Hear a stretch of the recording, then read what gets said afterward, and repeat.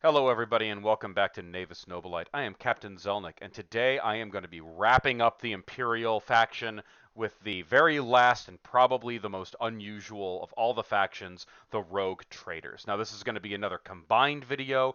All of the fleet data cards for these fleets will be in this video along with the rules for their individual fleets. Now, what does this mean? It means it's going to be a longer video. It's also going to be a bit of a rougher video because I have to go around and hunt down a lot of vessels that are not normally available in normal fleet engagements. So please bear with me. I am not perfect, and this is a hobby for me. So let's begin. There are two ways to play with rogue traders. Rogue traders can be taken effectively as a mini fleet within another fleet that you take, which is the basic rogue trader fleet list which you see in front of you. There are very few rules, but they comes with a few unique benefits specifically designed for campaigns. Because if you take a rogue trader, you will be gaining your renown much faster. Now, it's nothing quite like taking a Imperial black ship, but almost any fleet can take rogue traders and accelerate their renown gain, assuming they use them in their missions. So, if you are any fleet except Necrons or Tyranids, you may include a single Rogue Trader capital ship for every 750 points or part thereof in the fleet. So, just bear that in mind. Now, knowing that rule, over here in Veteran Rogue Traders, a Veteran Rogue Trader may lead each Rogue Trader cruiser in a fleet. If a fleet has more than one Rogue Trader or also includes more than one squadron of transports, a Veteran Rogue Trader must be assigned to a Rogue Trader cruiser. The Veteran Rogue Trader has LD9, is a 50-point upgrade, and gets one reroll, which can be used for his escorts or his cruiser. The capital ships at their disposal are Rogue Trader cruisers at 185 points, the Dauntless Light Cruiser at 125, which is a little bit more expensive than a standard Dauntless, the Endeavor class Light Cruiser at 110 points, and the Heavy Transport at 40 points. Now, Rogue Trader cruisers always count against cruiser restrictions in any fleet list that has such restrictions. Heavy transports may not be in squadrons with other transport types. You have access to certain escorts. A single squadron of 2 to 6 Rogue Trader escorts and auxiliary vessels may accompany each Rogue Trader capital ship in a fleet in any mix desired. Separately, it may also be accompanied by any number of cargo ships of any type, whether or not the scenario requires transports. These are very important for gaining that renown. Organized in squadrons of 2 to 6 ships, but these squadrons can only contain cargo ships and always count against their full cost against the total points in the fleet. Xenos vessels cannot be used in fleets that include Space Marines because Space Marines, they don't like Xenos vessels. You have the access to the Xenos vessel at 50 points, recommissioned escorts at 30, Iconoclast destroyers at 30, the cargo vessel at 20, and varies for auxiliaries. Now, the Xenos vessel we're going to get onto in a little bit, along with the recommissioned escort. The Iconoclast destroyer is always a good investment because it's just a nice, cheap, zippy little thing. Cargo vessels we will also get into, and along with auxiliary vessels, though these are just basically the standard sword, Firestorm, Cobra options that you have. They're just a little more expensive to represent the Rogue Trader having to pay extra to keep them operational. So you also have this special little box here from Nate Montes. The Siluria light cruiser and Havoc class frigates are older, outdated ships and much more commonly seen outside of the Imperial Navy. Assuming both players agree to it, they may take the Siluria for 100 or Havoc frigates for 35. Now, again, this is meant to basically be stapled onto another fleet to give you renown bonuses. We'll go into those details in a little bit. But that is the very basic Rogue Trader fleet. There's nothing else more detailed about it. Now, later on, we go into what happens if you want to have a Rogue Trader fleet, flat out nothing but Rogue Traders. Now, for that, we go into these special rules. Experienced first Xenos allies. Experienced rogue traders will develop special relationships with other spacefaring races and that have similar trade interests. For every 750 points in a fleet, rogue traders may be accompanied by a single demiurge or Kroot vessel unless the fleet is using auxiliary ships that cannot be allied with the demiurge or Kroot, namely Space Marines. Subplots. Now, this is all about campaigns. Okay, this basically describes what the heck is the point of taking the rogue trader in the first place.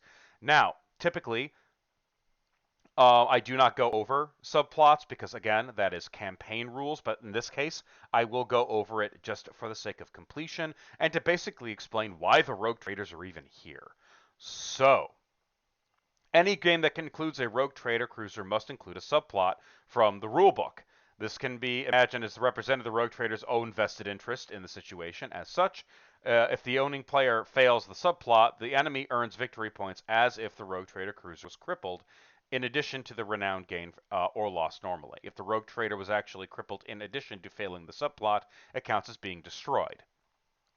The enemy gains no additional bonus for actually destroying the rogue trader cruiser, except that for the renown purposes, that the owning player automatically fails the subplot. However, if the rogue trader survives the game, the cruiser specifically, even if crippled, and the owning player succeeds the subplot, he gets +1 renown in addition to any gain normally. So he is a renown modifier and helps you gain further renown.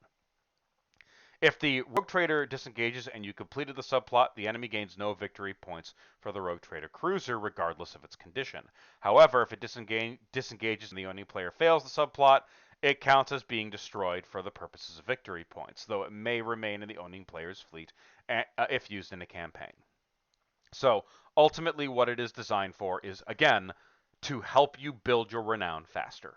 It's that simple. Okay, the best that money can buy.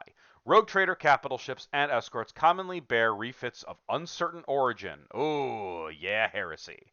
Even the vessel's crew are unlikely to be anything as straightforward as a regular spacer, since rogue traders have a knack for acquiring crowds of followers and hangers-on and tend to be rather indiscriminate in who they take onto their vessels. Their command crews, however, tend to be deeply seasoned after many years in space, and successful rogue traders tend to be as experienced as the most veteran naval captains. To represent this, each rogue trader cruiser and escort squadron may roll one random crew skill from the remastered rulebook for 10 plus 10% point value. Right here, this is a really fun reason to take rogue traders because they gain upgrades that literally nobody else can get in one-off games. In addition, each rogue trader vessel may roll randomly against the Xenotech systems table below for 15 points per cruiser or 5 points per escort. Obviously, all of your escorts will have to roll as well. For additional 5 points per ship, the player can select the desired technology instead of rolling randomly for it. Auxiliary vessels in the Rogue Trader Escort Squadron can only use the refits if they are in a squadron that includes at least 3 Rogue Trader escorts. Your options are long-range sensors, which is +1 to the leadership. Targeting matrix. The vessel counts as all targets as closing when using gunnery table within 30 centimeters and ignores the right shift modifiers for shooting greater than 30. Advanced shielding, +1 shield. Shift defense grid, +1 turret. Advanced drive technology, +5 centimeter movement, and +1 d6 when going on all ahead full. Gravitic thrusters. Vessel can double its maximum turn rate in a normal turn. So from 45 to 90, from 90 to 180. Now, this gets really wonky when you start taking certain Rogue Trader cruiser classes, which we'll get onto in a moment. Now, this is the exploration fleet list. When you decide you specifically want a Rogue Trader fleet and just Rogue Traders only, okay? You can take, of course, a bunch of reserves from other fleets, but if you have a buckle swashing, head cannon captain and you want to have a fleet solely for him, this is what this fleet is for. Now, when it comes to using the exploration fleet list, your attack rating is 3. Your Xenos allies, the rules listed in this fleet take the place of lists of those concerning incorporating crude or demiurge vessels into a fleet accompanied by a rogue trader cruiser. This is for subplots. Obviously, you must have a subplot for him. The best the money can buy. This is the same rule as above.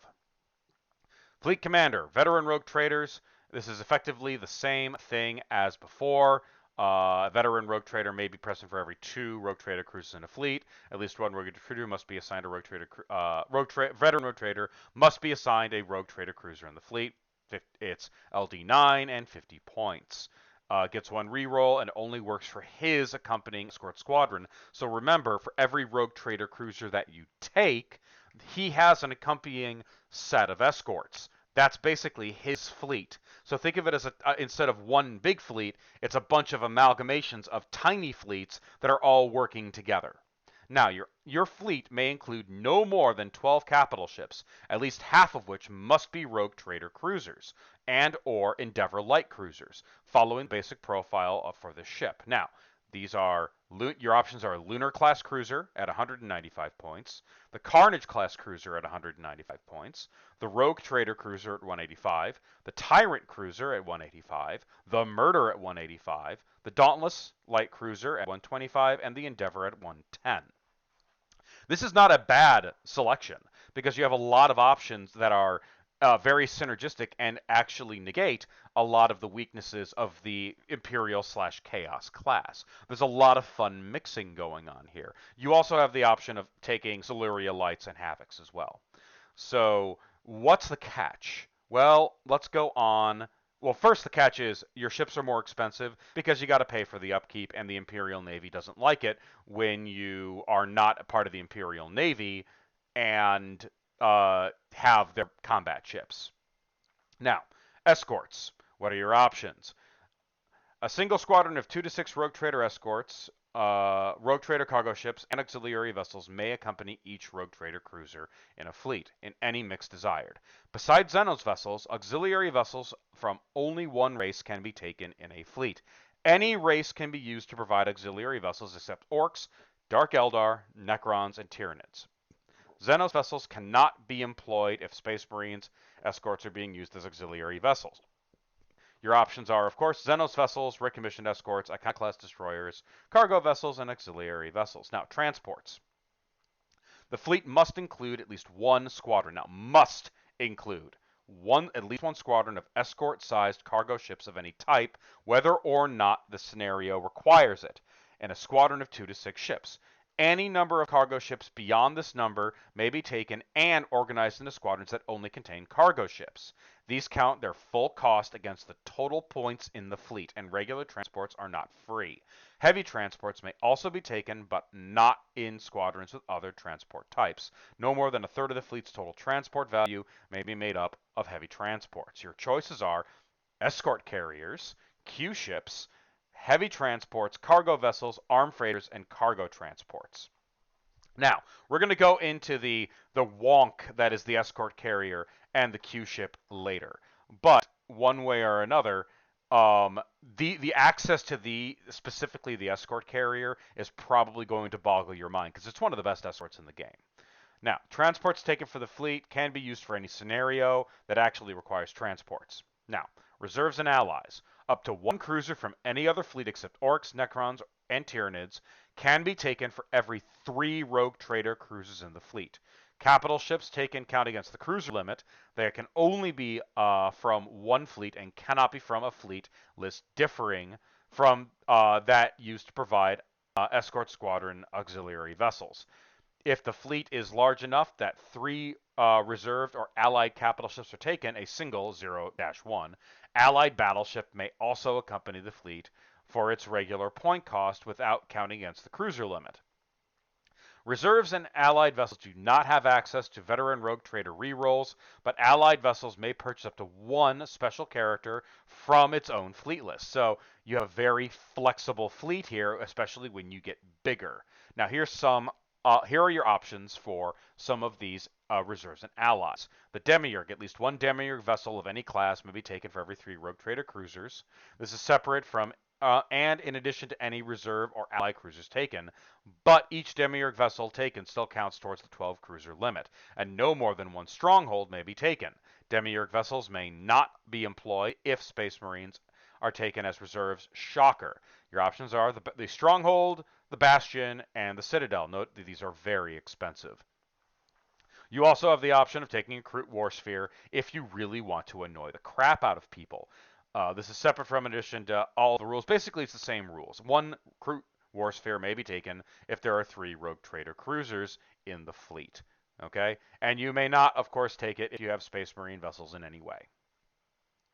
So, that is the exploration fleet. It is effectively focused around the Rogue Trader cruisers, their accompanying escorts, their accompanying transports, and a whole mess of wonky allies that makes a ragtag, chaotic fleet that is very hard for your enemy to predict. Now, you're going to be undergunned. You're going to be relying a lot on those allied ships that you're going to be taking from other fleets. But it is basically the Mos Eisley spaceport the uh, of Battlefleet Gothic. Now, if you want to make things even more complicated, pirates and wolf packs. Using this fleet, pirate fleets make it their business to attack relatively soft targets such as transport convoys, remote space stations, or isolated settlements. They will, whenever possible, avoid fleet actions or any engagement that will result in substantial losses with little material gain. However, large pirate bands with a substantial fleet at their disposal may elect to actually raid larger planetary colonies. Leadership. You have a -1 to leadership, so your LD is 5 to 8 because you don't have the discipline of a proper navy. Your attack rating is higher at 3. When you are in a scenario, you are always rolling against the raid table. However, if your fleet is 1,500 points or greater, they may elect to play a planetary assault on a d6 roll of 6. If you are in a campaign with this fleet, you function from a pirate base as described in the rulebook. So what can you do? Fleet commander, pirate captain, +1 leadership, 50 points. Pirate captain may be embarked on a cruiser for every 500 points, or portion thereof in a fleet. If a pirate fleet is more than 750 points of ships, a pirate captain must lead it. A pirate captain gets 1 reroll and may purchase 2 more rerolls for 25 points each. Very cheap. He or she must be placed aboard the most expensive vessel in the fleet, or vessels if more than one captain is present. Pirate captains may use their rerolls on any vessel or escort squadron in the fleet, but no individual pirate captain may use more than 1 reroll per turn. Capital ships. These are your options. Pirate fleets do not ally with any race, as they are only in for business for themselves and consider any ship they encounter and can easily defeat a target of value and opportunity. A human pirate fleet may have up to 1 cruiser for every 500 points of ships in the fleet or portion thereof. A pirate cruiser may consist of a rogue trader cruiser or any cruiser from the Imperial or Chaos fleet list worth 185 points or less. It may also include a single Space Marine strike cruiser. So if you want to get your Red Corsairs in there, there's your opportunity.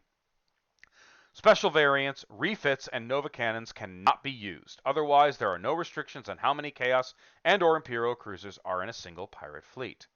Now, you may also take from 0 to 2 for all battleships. These count as cruisers for fleet building. You have a huge list of escorts to pick from. At least 1 squadron of 3 to 6 escort vessels must be included for each cruiser in the fleet. Organized in any mix desired. While transports of various types are typically not included in a raiding fleet once they have been plundered, they can be used if desired but are never free. Note, pirate bands do not have ready access to complex weapon systems. The number of escort vessels that utilize ordnance or lance weaponry may not outnumber those that rely solely on weapon batteries. Xenos vessels of all types do not count towards this total. You, of course, like the other fleets, can take the Siluria or the Havoc, but when it comes to escorts, you can have escort carriers, Q ships, Xenos Raiders, the Idolator Raider, the Infidel, the Firestorm, the Sword, the Falchion, the Cobra, recommissioned escorts, Iconoclast destroyers, cargo vessels, armed freighters, and cargo transports. Whew. Xenos freebooters, corsairs, and brigands. The desire to pillage the riches of others for reasons both obvious and more obscure is not a uniquely human trait. The general confusion and disarray caused by a successful pirate campaign against a given system or group of systems attracts the baser elements of all races, all eager for quick riches, slaves, or the more subtle rewards that come from a life of plunder. Up to 10% of a pirate fleet may be made up of alien escorts from any race, except Necrons or Tyranids or vessels that require support from a capital ship of their race, like Nikosar Dows or Tau Orcas. They can be organized in squadrons of 2 to 6 ships, but vessels of different races may not combine with each other into a single squadron. Namely, nor can they combine into squadrons with human vessels Imperial Chaos Rogue Trader vessels. In other words, a squadron of 3 Eldar escorts and a squadron of 3 Orc escorts may both be part of the same fleet, but they can only squadron with themselves and not with each other or any idolater swords, etc. The only exception to this is Rogue Trader Xenos vessels, which represent minor alien races seeking to expand their influence and pursue some other obscure agenda. They may freely ally themselves with any other race and join with them in pirate raider squadrons. Xenos freebooters and corsairs have no allegiance to the human pirates they serve. They may not use any of the pirates' rerolls and will automatically attempt to disengage if the escort squadron is crippled. This also applies to capital ships as well. They are not restricted nor benefit from the leadership values of human pirates and must use the unmodified leadership from the fleet list of their respective races. Now, we're finally on to the ships. So, the Rogue Trader Cruiser. Ain't that just the prettiest thing? At 185 points, it is a cruiser with 8 hits, 20 centimeter speed, 45-degree turns, 2 shields, a 6 up front armor, and a 5 up rear and side, and 3 turrets. Slightly better than your average Imperial stat line. It is equipped with 2 45 centimeter port and starboard weapons batteries firing left and right, and a pair of 30 centimeter weapons batteries firing left and right at strength 4. It also has a prow strength 4 torpedo salvo. Now, this is effectively a weaker version of the Tyrant. Special rules. At least half Rogue Trader cruisers in exploration fleet must be of the basic profile listed above. There you go. Now, your options. Rogue Trader cruisers in an exploration fleet may also be of the following Imperial or Chaos ship classes: Lunar, Tyrant, Carnage, or Murder, as seen in the fleet list we mentioned below. For the normal point cost, plus 15 points if the ship is equipped with lances or 60 centimeter weapons due to the additional expense maintaining the weapons, as reflected in the fleet list. Chaos vessels must be painted properly if used by loyalists. So again, painting restrictions. How irritating can you get? So yes, this is basically the backbone of your fleet. It's your bread and butter. So bear that in mind. You will need the basic version of the Rogue Trader Cruiser before you go around taking Lunars, Tyrants, Carnages, or Murders. Now, the Carnage is probably your best option here with those beautiful 60 centimeter weapons batteries. And if you grab that a Rogue Trader Commander and get those weapon battery upgrades, that's probably going to be your best bet. Now, going on, the Endeavor light cruiser at 110 points. This is pretty much the exact same stat line for the Endeavor that you see in the rest of the Imperial fleets, with a cruiser 6, 20 centimeter speed, 90-degree turn, 1 shield, 5 up armor, and 2 turrets, equipped with a port and starboard strength 6 weapons battery left and right, a prow weapons battery strength 2 that fires front, left, right, and prow torpedoes that fire a strength 2 salvo out the front. Now, Rogue Trader light cruisers may be used interchangeably in the same manner as Rogue Trader cruisers in any fleet scenario that allows them. So this can be your Rogue Trader cruiser. Pirates and raiders are the bane of Rogue Traders, and they will be... basically, this is just the rule of when you are boarded, you get +1 to your dice roll, just like every other Endeavor family that you have. This is just extra fluff on top of it. Your options. You may increase the standard upgrade. You may increase the per armor to 6 for no additional cost, but it reduces your turn radius. Instead of the Endeavor, Rogue Traders may use a lance-armed Dauntless-like cruiser for 15 additional points due to the additional expense incurred in maintaining such weapons. So you do have access to some pretty hefty lance firepower. The use of Dauntless-like cruisers by Rogue Traders is not restricted to the exploration fleet list and may be used in the same manner as other Rogue Trader cruisers. So this is just another more flexible option for your Rogue Trader cruiser. It's also cheaper.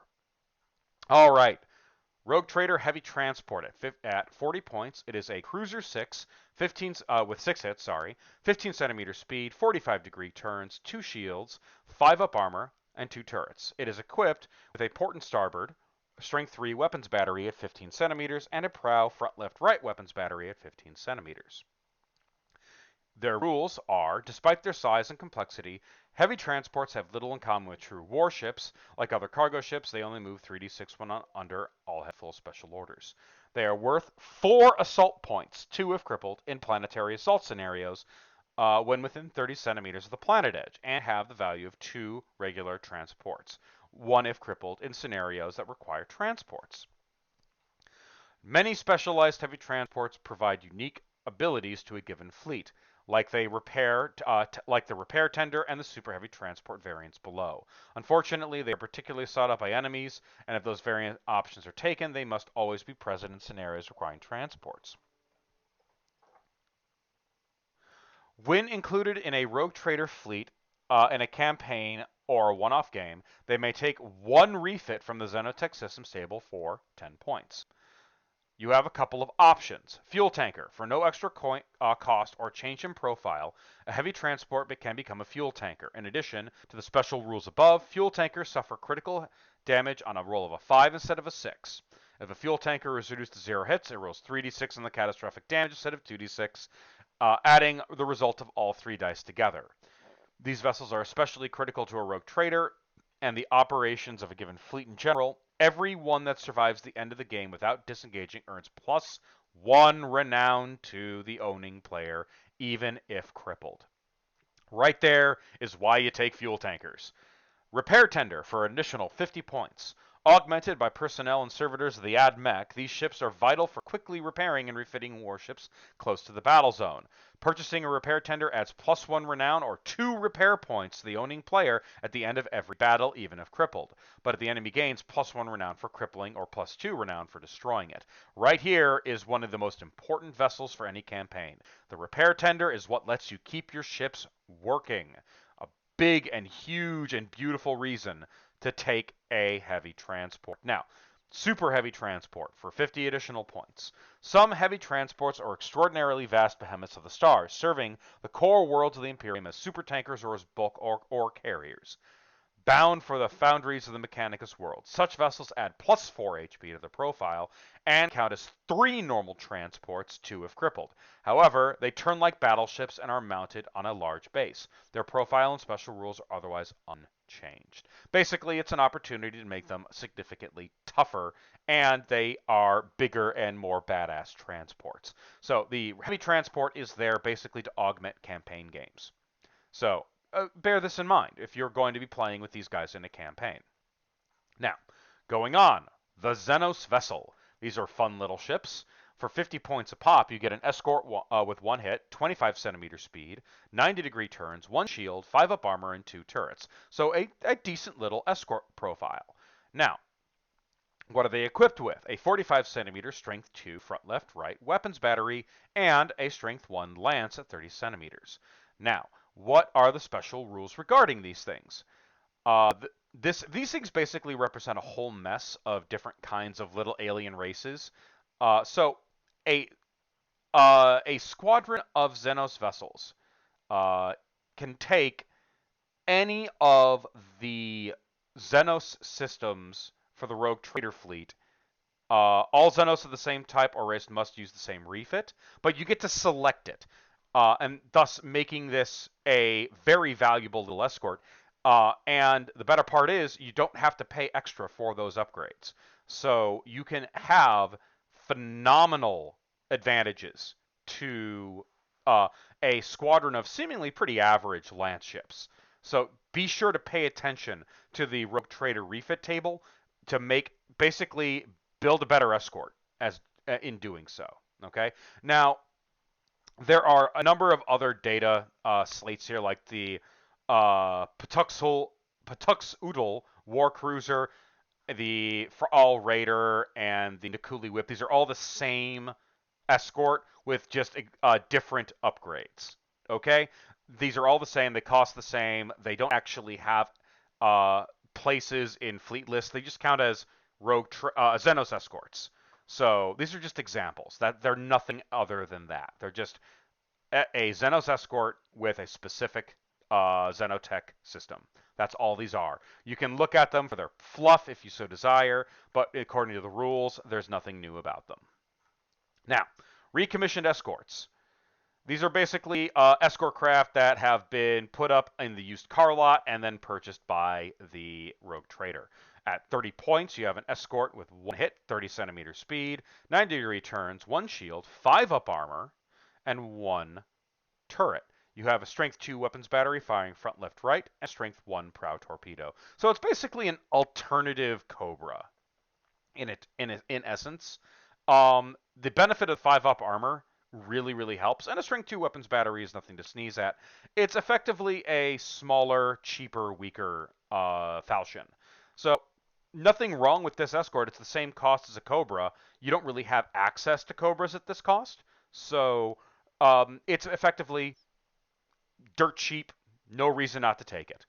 You have, of course, the option of the Iconoclast. It is entirely identical to the Chaos version. It's a one-hit escort, 30 centimeter speed, 90-degree turns, 1 shield, 4 up armor, 1 turret, with a strength 3 front, left, right weapons battery. Nothing new here, but remember, it can take Rogue Trader Xenotech upgrades, so bear that in mind. Here we go. Auxiliary vessels. Points varies. When a rogue trader fleet is accompanying another fleet, up to half the escorts in the rogue trader fleet may be vessels picked from the fleet list in the rogue trader is accompanying at the normal cost. For example, if accompanying a Gothic Sector Imperial fleet, up to half the escorts in the fleet can be picked from the Gothic Sector fleet list. These can be mixed in squadrons, up to 6 ships with rogue trader escorts in any manner desired. This restriction is not in place in an exploration fleet list. So you can take the host fleet ships with the rogue traders and gain the benefit of the rogue trader captain. Moving on, the cargo vessel. 20 points each. Escort 1, 25 centimeter speed, 45-degree turns, 1 shield, 5 up armor, 1 turret. It has a single weapons battery, firing front, left, right at 30 centimeters. Rogue trader cargo vessels have more in common with true warships. Yeah, tell me another one. Than typical freighters, giving up a significant portion of their cargo capacity to mount warship-grade weapons, strength 1, and engineering plants. They move 46 while under all head full, so instead of 3d6 like normal transports. They are worth 1 assault point in planetary assault missions within 30 centimeters of the planet edge and count as a half transport rounding down in scenarios that require transports, meaning that if it is the only one remaining in a convoy scenario, it counts as 0. When included in a rogue trader escort squadron and not being used as a transport in scenarios that require them, it offers +1 leadership to reload ordnance by assuring escorts have a readily supply of torpedoes before the battle. This effect is not cumulative. So if you have a bunch of, I don't know, Tau escorts and you have a cargo vessel in there, having +1 leadership to reload ordnance is huge. It's a great little boon. This effect is not cumulative to more than 1 rogue trader cargo vessel in the escort squadron. Options: Fast Clipper. Instead of taking a refit normally, for no extra cost, this vessel can be converted into a fast clipper by entirely removing its primary battery armament for the advanced drive technology refit in the rogue trader. Well, that's the campaign advantage, basically making it go, I think, 5 centimeters faster. So this is one of those little ships that you kind of have to take. But this benefit to reload ordnance is phenomenal. Now, let's go over the All battleship. It is a nice, genuine alien battleship at 250 points. This wonky little ship has a battleship with 10 hits, 20 centimeter speed, 45-degree turns, 3 shields, 5 up armor, and 3 turrets. It is equipped with a strength 14, 45 centimeter port and starboard weapons battery firing left and right. So that's already can take a heck of a bite out of another ship. And it has a dorsal lance battery firing front, left, right at strength 3, and a prow lance battery out the front that fires strength 3, at both of them at 30 centimeters. Now, the for all effectively have the targeting matrix upgrade for the rogue traders, so they count all targets within 30 centimeters as closing and do not suffer a column shift for firing at targets greater than 30 centimeters. For all battleships cannot use come to new heading, no surprises there. When taking in a pirate list, they may not use any fleet rerolls, and they will attempt to disengage when crippled, +1 leadership bonus when doing so. Now, there are a couple of options here. The For All are extremely xenophobic and will not lightly countenance risking their few capital ships in alliance with any race. While they may well each be accompanied by a squadron of their own escorts in larger raids, they can just as well operate singularly or in pairs.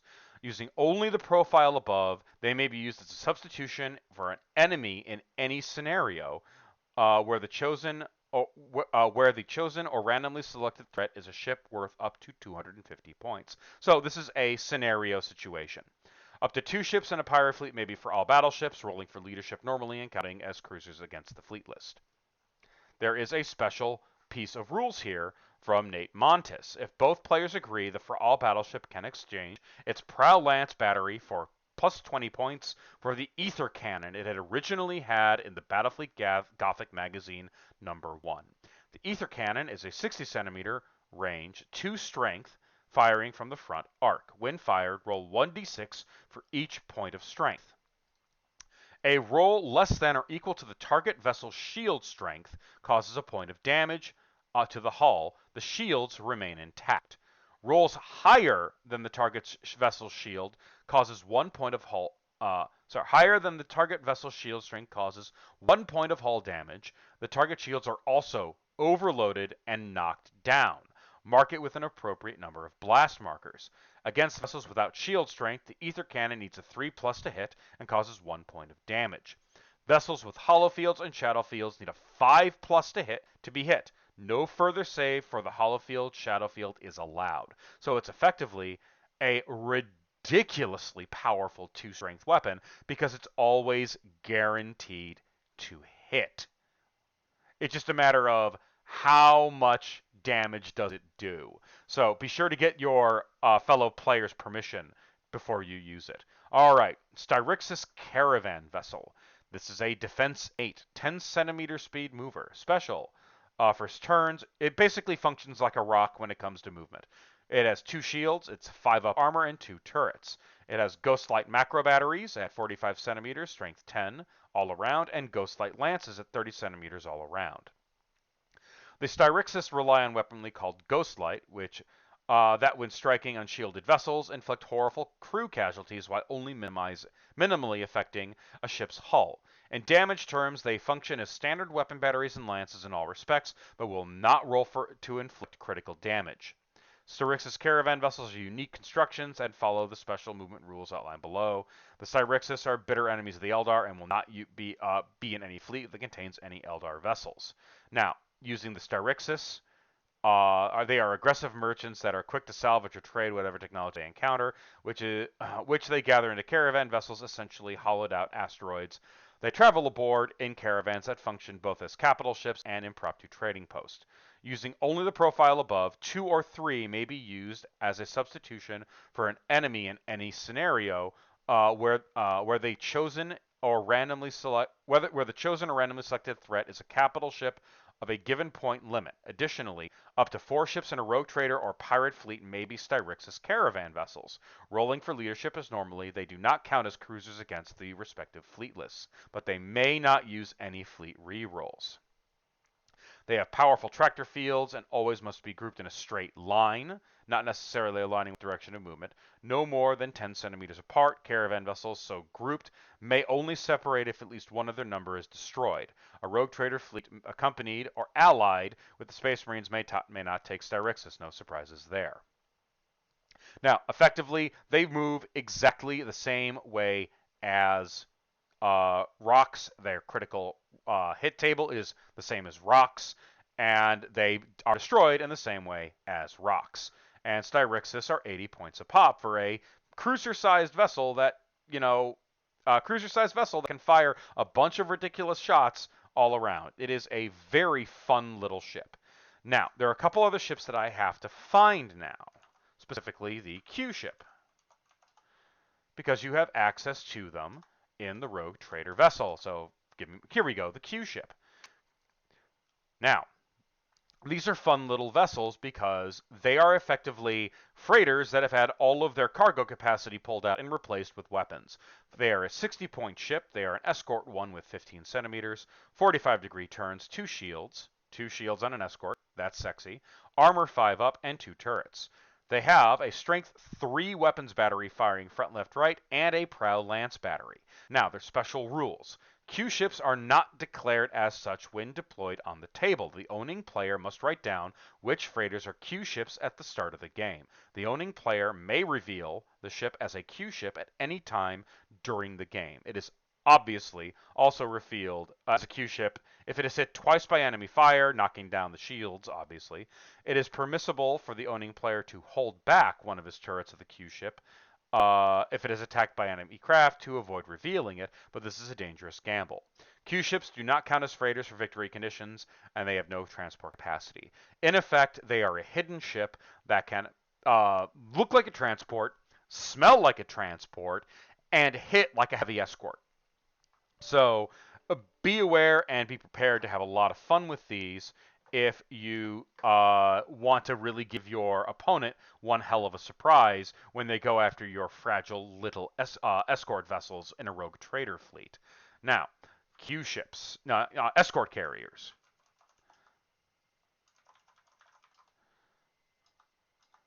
Give me a moment, please. Here we go. So, a lot of people are probably wondering, every fleet kind of has a super ship or a super piece of technology. And you're probably wondering, well, what's the super ship for the rogue traders? And the answer is the escort carrier. The escort carrier is a 60-point escort with 15 centimeter speed, 45-degree turns, one shield, 5 up armor, and 2 turrets. It has port and starboard launch bays for fighters and bombers, 1 squadron each. Launch capacity 2 for this one little thing, and a dorsal weapons battery of 15 centimeters. You can take as many of these little bastards as you want in a rogue trader fleet, meaning that you can have this nice, slow-moving squadron of escorts launching out of them, launch capacity 12 from a squadron of 6, and you can have as many of these as you want. You can basically swarm the board with fighters or bombers. Now, there is a downside. They do not count as freighters for victory conditions, and they make reload ordnance checks at -1 LD. So bear that in mind. If you have some way to augment this leadership, this is a great place to do so. Maybe, I don't know, putting a rogue trader captain in there, if you can. So, or potentially a pirate prince, if you can. You probably won't be able to if I remember the rules right. But regardless, the sheer number of these should allow you to have no problems with enemy strike craft. Escort carriers are phenomenal. I cannot stress how awesome these things are. So if you're playing a rogue trader fleet and you want to really surprise your enemy with sudden huge waves of, launch capacity 12 escorts, these are a great way to bring it. It's also, as it turns out, your only access to launch capacity unless you take reserves. So take them, use them, love them. They're not very reliable, but you're not functioning off of orc leadership here for the normal fleet. So all you really need to do is not roll horribly, and rogue traders get re-rolls on the cheap. So that ultimately is the rogue trader fleet. It is a fleet, again, heavily dependent on campaigns.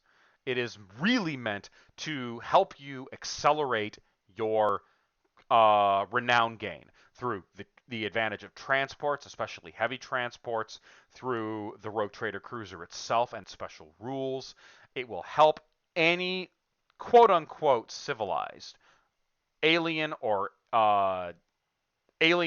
human fleet really accelerate that renown gain, or critically allows you to repair the rest of your fleet with heavy transports kitted out for repair ships.